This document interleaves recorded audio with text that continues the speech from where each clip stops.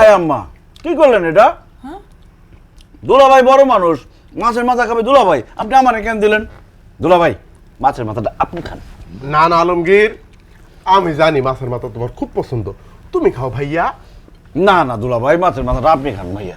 আমি কিন্তু রাগ করবো আলমগীর, তুমি খাও ভাইয়া, আমি দেখি। আচ্ছা ঠিক আছে, আমরা এক কাজ করি, আমরা দুজনেই মাছের মাথাটা খাই, আমি আপনার খাওয়াই দিই, আপনি আমার খাওয়াই দেন, ঠিক আছে? হ্যাঁ করেন ভাই। এবার তোমার টান, না খাও। বললা এই, আমি কি স্বপ্নে আছি নাকি বাস্তবে আছি? আম্মা, তুমি স্বপ্ন দেখতেছো না, যা দেখতেছো বাস্তবেই দেখতেছো। কি কাজ বাস্তবে আছি?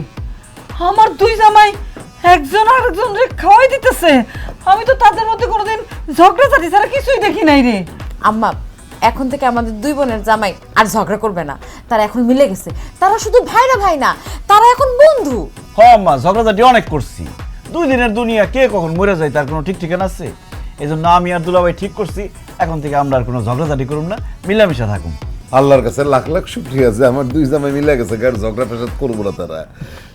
বাবাজি, আমি সারা জীবন এটাই চাইছিলাম যে তোমাদের মধ্যে যেন আর ঝগড়াঝাটি না হয়, তোমরা যেন মিলামিশা থাকতে পারো। কারণ তোমাদের দুজনে তো আমি মেয়ের জামাই মনে করি না, মনে করি যে আমার নিজের সন্তান। নিজের সন্তানের মধ্যে ঝগড়া ফেসাদ দিলে যেমন বাপ মা সহ্য করতে পারে না, তেমনি আমিও তোমাদের এই ঝগড়াঝাটি কোনো সময় সহ্য করতে পারতাম না। আল্লাহর কাছে লাখ লাখ শুকরিয়া, তোমরা মিলে গেছো।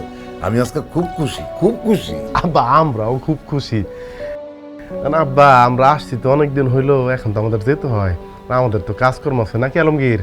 জি দুলাভাই। তা আব্বা, আমরা যেহেতু মিলে গেছি এবং আপনারাও যেহেতু খুশি, তাইলে এবার আমাদের সম্পত্তি বিলে আমাদের যার যার নামে একটু ভাগ করে দিলে ভালো হয়, কি বলো? হ্যাঁ আর দেরি না করে আমাকে সম্পত্তি, আমাকে বাগেরটা বুঝাই দেন, আমরা জায়গা, আমাকে তো কাম আছে। বুঝলাম না, সম্পত্তি আমি তোমাদের ভাগ করে দেবো কিভাবে? তোমাদের না বললাম যে আমি আমার সম্পত্তি নিয়ে অন্য একটা সিদ্ধান্ত নিব, সেটা তো আমি নিয়ে ফেলাইছি। আমার সব সম্পত্তি আমি এতিমখানায় দান করে দিচ্ছি। কি আব্বা, কি কইতাছেন আপনি? এসব আপনার সব সম্পত্তি আপনি এতিমখানা দান করে দিয়েছেন কেন? কারণ আমি বুঝতে পারছিলাম যে আমার এই সম্পত্তির জন্য তোমাদের 2 জামাইয়ের মধ্যে এত ঝগড়াঝাটি কাজিয়া। এই সম্পত্তি তোমাদের ভাগ করে দেওয়ার পরে আমি জানি যে তোমাদের এই ঝগড়া ব্যবসা থামবে না, আরো বাড়বে। সেই জন্য আমি চিন্তা করছি যে সম্পত্তির জন্য এত ক্যাচাল, সেই সম্পত্তি তোমাদের হাতে যাওয়ার দরকার নেই, তাই আমি এতিমখানায় দিয়ে দিচ্ছি। হাই হাই দুলাভাই, কত বড় সর্বনাশ করে ফেলাইছে আব্বাই, দেখতেছেন? আপনি কি কাজ করছেন এটা? আপনার কোনো বিবেক নাই, আক্কেল নাই? আমরা আপনার মেয়ের জামাই থাকতে আপনি কোন আক্কেলে সম্পত্তি এতিমখানায় দান করছেন? আপনার মেয়েদের জন্য, আমাদের জন্য কি একটু চিন্তা করেন নাই আপনি? আমরা বেকার মানুষ, আমরা কোনো কাজ কর্ম করি না, আপনার মেয়েদেরকে কিভাবে রাখবো? হ্যাঁ, ঘাস খাওয়া রাখবো? হ্যাঁ মেয়ে, আপনার চুলদারে কি ঘুমের মধ্যে বাঁচছে? এত বড় সর্বনাশটা আপনি কিভাবে করলেন? আপনার 2 মেয়ে, মেয়ের জামাই বাঁচা থাকতে আপনি কিভাবে আপনার সব সম্পত্তি এতিমখানায় লিখে দিলেন? আপনি একটা বেঈমান, আপনি একটা অমানুষ। আমি জীবনের কোনোদিন আপনার বাড়িতে আমন না, আপনার চেহারা দেখুন না। আপনি যদি মরেও যান না, মাটি দিতে আমি আসবো না।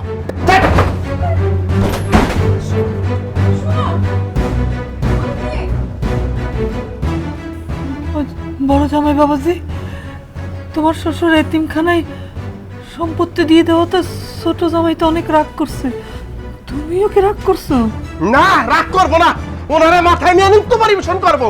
আরে কত সাদা ছিল, শ্বশুর বাড়িতে আসবো, জায়গা সম্পত্তি পাবো, সেই জায়গা সম্পত্তি বিক্রি করে লাখ লাখ টাকা পাবো, সেই টাকা দিয়ে ব্যবসা করে কোটি কোটি টাকা ইনকাম করবো, সব তো সে ধুলিসাৎ করে দিছে। আপনি একটা ভণ্ড, প্রতারক, বেঈমান, আপনি মইরাও শান্তি পাইবেন না, আপনার অভিশাপ দিয়ে গেলাম। আর তুই যদি কোনোদিন এই বাড়িতে আমার কথা ভুলেও চিন্তা করস, থাপড়ে এত শব্দ ফালাই দিব, মনে করবি তোর বাপ নাই, তোর বাপ মারা গেছে।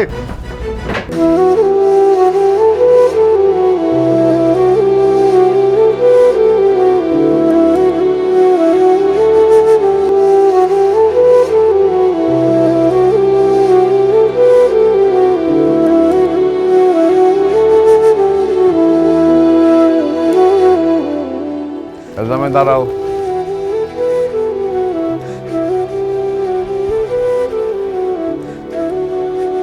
তোমরা তো আমার সম্পত্তির ভাগ নেওয়ার জন্য আসছিলা, তো সম্পত্তির ভাগ বুঝ জানা নিয়ে চলে যেতেছো কেন? সম্পত্তির ভাগ কই থেকে বুঝে নিমু? তার আগেই তো সম্পত্তি আপনি এতিমখানায় দান করে দিয়েছেন। না জামাই বাবা, আমি আমার সম্পত্তি কোনো সময় এতিমখানায় দান করিনি।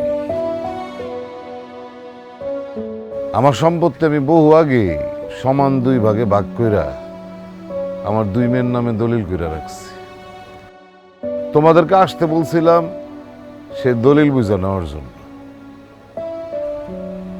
পারভিন শারমিন, এই যে তোদের সম্পত্তির ভাগের অংশ।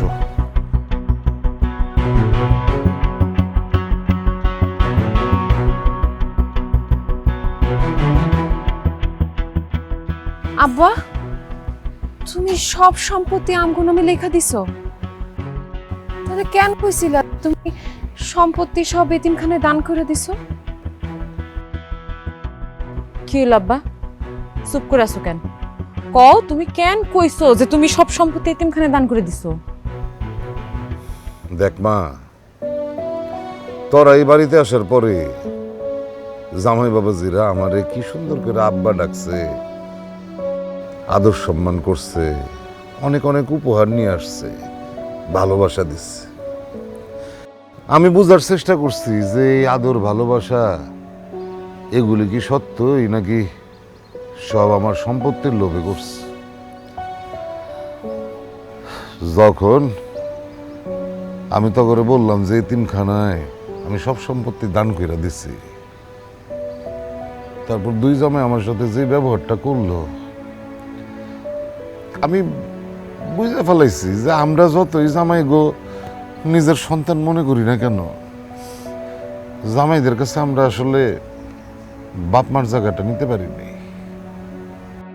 তারা আম করে আদর করছে, আমাদের ভালোবাসা দেখাইছে শুধুমাত্র আমাকে সম্পত্তির লোভে। আসলে আমরা মেয়ের জামাইদের যতই নিজের সন্তানের মতন দেখি,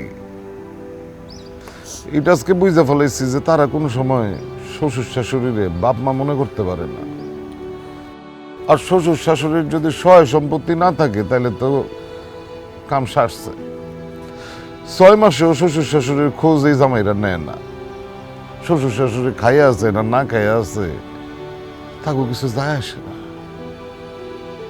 তোমরা আমার বাড়িতে আসার পরে 2 জামাই ঝগড়াঝাটি করছো, মারামারি করছো, কিন্তু বিশ্বাস করো আমি আমি মন থেকে একটুও কষ্ট পাই নাই। কিন্তু আজকে যখন আমি বুঝতে পারলাম যে তোমরা আসলে আমাগরে মানে কোনো অবস্থাতেই বাপ মা ভাবতে পারো না, আমরা তোমার কাছে শ্বশুর শাশুড়ি, সম্পত্তির ভাগ দেওয়া শ্বশুর শাশুড়ি, খুব কষ্ট পেয়েছি, খুব কষ্ট পেয়েছি। কষ্ট পায় না, এত কষ্ট পাইতেছো কেন? পরের সন্তানরা যে কোনোদিন নিজের সন্তান হয় না, এটা মুরব্বীরা কয় না? জানো জামাই বাবাজিরা, আমাদের এই সংসারে যখন এই যে আমার পারভিন আর আমার শারমিন হইল, আমাদের আত্মীয় স্বজন, বন্ধু বান্ধব, পাড়া প্রতিবেশী সবাই বলছিল হায় হায় 2টাই মাইয়া হয়েছে, একটা ছেলে হইল না, তোমাদের অবস্থা কি হইব? বুড়া বয়সে কে দেখবো? মায়েরা তো বিয়ে করে শ্বশুর বাড়ি চলে যাইব, বুড়া বয়সে তোমাদের কে দেখবো? আমি কষ্ট পাইতাম, বিশ্বাস করো, এটা শুনলে আমি মন খারাপ করতাম, কষ্ট পাইতাম। কিন্তু এই যে মানুষটারে দেখছো না, সে আমার কি বলতো জানো? সে আমার বলতো মন খারাপ করো কেন? আমার পারবেন রে, আমার শারমিন রে যখন বিয়ে দিব না, রাজপুত্রের মতন জামাই আসবে। ওরা কি আমাদের জামাই? ওরা আমাদের ছেলে, ওরাই আমাদের সন্তান, ওরাই বুড়া বয়সে আমরা 2জনে দেখবে। কত বড় মুখ করে আমার তখন বলতো। অথচ সম্পত্তি এতিমখানায় লিখে দিছে, এটা শোনার সাথে সাথে ছোট জামাই কি বললা তুমি? এটা এই মানুষটার মরমুখও তুমি দেখতে আসবে না বলতে পারলা? আর বড় জামাই তুমি কি বললা? আমার পারভিনের এই ভিটাতে জন্ম, তুমি কয়ে দিতে পারলা যে ওর জন্ম ভিটায় ও আর কোনোদিন আসতে পারবো না? কেমনে কইলা তোমরা এসব? এই যে শ্বশুর শাশুড়ি, আমাদের কোনো মূল্য নাই তোমাদের কাছে, খালি কি আমাদের এই যে টাকা পয়সা, ঘর বাড়ি, সহায় সম্পত্তি, এটারই শুধু দাম তোমাদের কাছে? এই যে তোমরা 2টা জামাই রে নিজের ছেলের মতন জানি এত আদর আপ্যায়ন করি, ভালোবাসা দেই, কোনো মূল্য নাই না? ও আরেকটা কথা, এই যে দুইটা দেখতেছো না, এই যে পারভিন আর শারমিন, এগুলা কি বাপ মার শ্রেষ্ঠ সম্পদ, কলিজার টুকরা তোমরা দুইটার হাতে তুলে দিছি, তারপরে এটার কোনো দাম নাই তোমাদের কাছে। আম্মা, আপনি আমাকে আর লজ্জা দিয়েন না।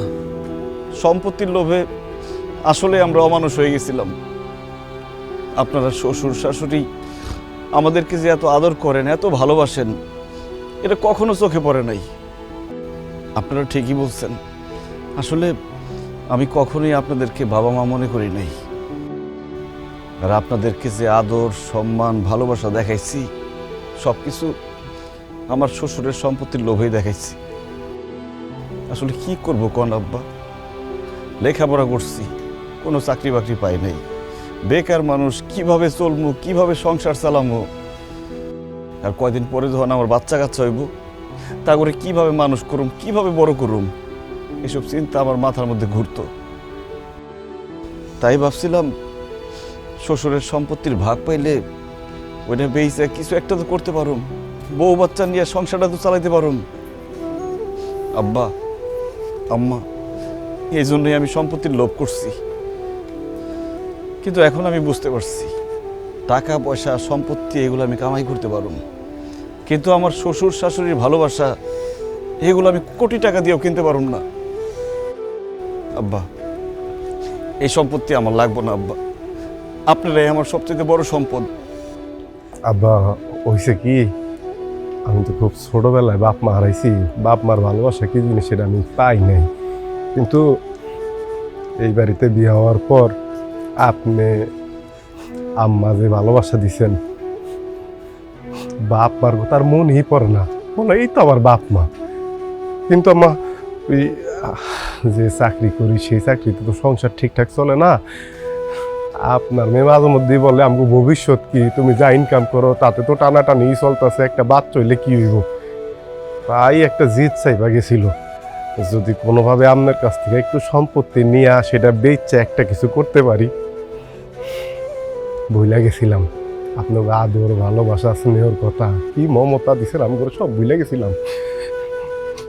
আমারও কোনো সম্পদ লাগবে না, ওই আলমগীর পেছেন আমাকে আপনার ঘরেই লাগবো। কারণ টাকা পয়সা, জমি জিরাতের যেই সম্পদ, ওইটা তো হয়তো জীবনে জোগাড় করতে পারবো, কিন্তু কোনো কারণে যদি আপনারা হারায় যান ওইটা তো পাবো না। আপনারাই আমার সম্পদ, আর আপনাকে দোয়া যদি আমগো লগে থাকে তাইলে আমগো ভবিষ্যতে আমরা কোনো জায়গায় ঠেকবো না। আব্বা, আপনারা অবাক করে বুঝছে আব্বা, আমার মাফ করে দেন আব্বা, আমি ভুল করছি আব্বা, আব্বা। হয়েছে, উঠো উঠো উঠো উঠো উঠো উঠো উঠো উঠো। সন্তানরা ভুল করলে বাপ মা সেটা মনে রাখে না, আর তোমরা তো তোমাদের ভুল বুঝতে পারছো। আমাদের ভিতরে আর কোনো কষ্ট নেই, কোনো কষ্ট নেই। আব্বা, আম্মা, তোমরা এই বাড়িতে একলা একলা থাকো, তবু দেখার মতো কেউ নাই। তোমরা এই বাড়িতে আর একলা থাকো লাগবো না, তোমরা আমার লগে আমার জামাইয়ের বাড়িতে থাকবা। হ আব্বা, আপনি আমার ছেলে বলছেন না, এখন থেকে ছেলের বাড়িতে থাকবেন। না আব্বা আম্মা আমাগো বাড়িতে থাকবো, আমাগোর সাথে। আব্বা তো আমার জামাইরও ছেলে কইছে। কি হলো, তুমি কিছু কও না কেন? তুমি থাকতে তোমার আব্বা আম্মা অন্যের বাড়িতে থাকবো? আরে আলমগীর ছোট মানুষ, কি বলতে কি বলছে, আব্বা আম্মা তো আমার কাছেই থাকবো। না না দুলা ভাই, আপনি এর মধ্যে আইসেন না, আব্বা আম্মা আমার সাথে থাকবো। দূর আলমগীর, হাও কথা কয় না তো ভাই, আব্বা আম্মা আমার কাছেই না থাকবে। না আব্বা, এইসব কথা বলবো না। দুলা ভাই আপনি সরেন তো। আমার কাছে থাকবো ভাই। আব্বা, আপনি আমাকে বাড়িতে থাকবেন। আলমগীর, ভেদ তুমি শুরু করছো আবার তুমি। দুলা ভাই দেখেন, আজকে কিন্তু মুরব্বি টুরবি মারুম না, আব্বা আমার বাড়িতে থাকবো। এখন কিন্তু একদম ঘুরে ঘুরে যাবো। না ছাড় কেউ দিবে না, কোনো মতে হার মানা যাবে না। এই লড়াইয়ে জিততে হলে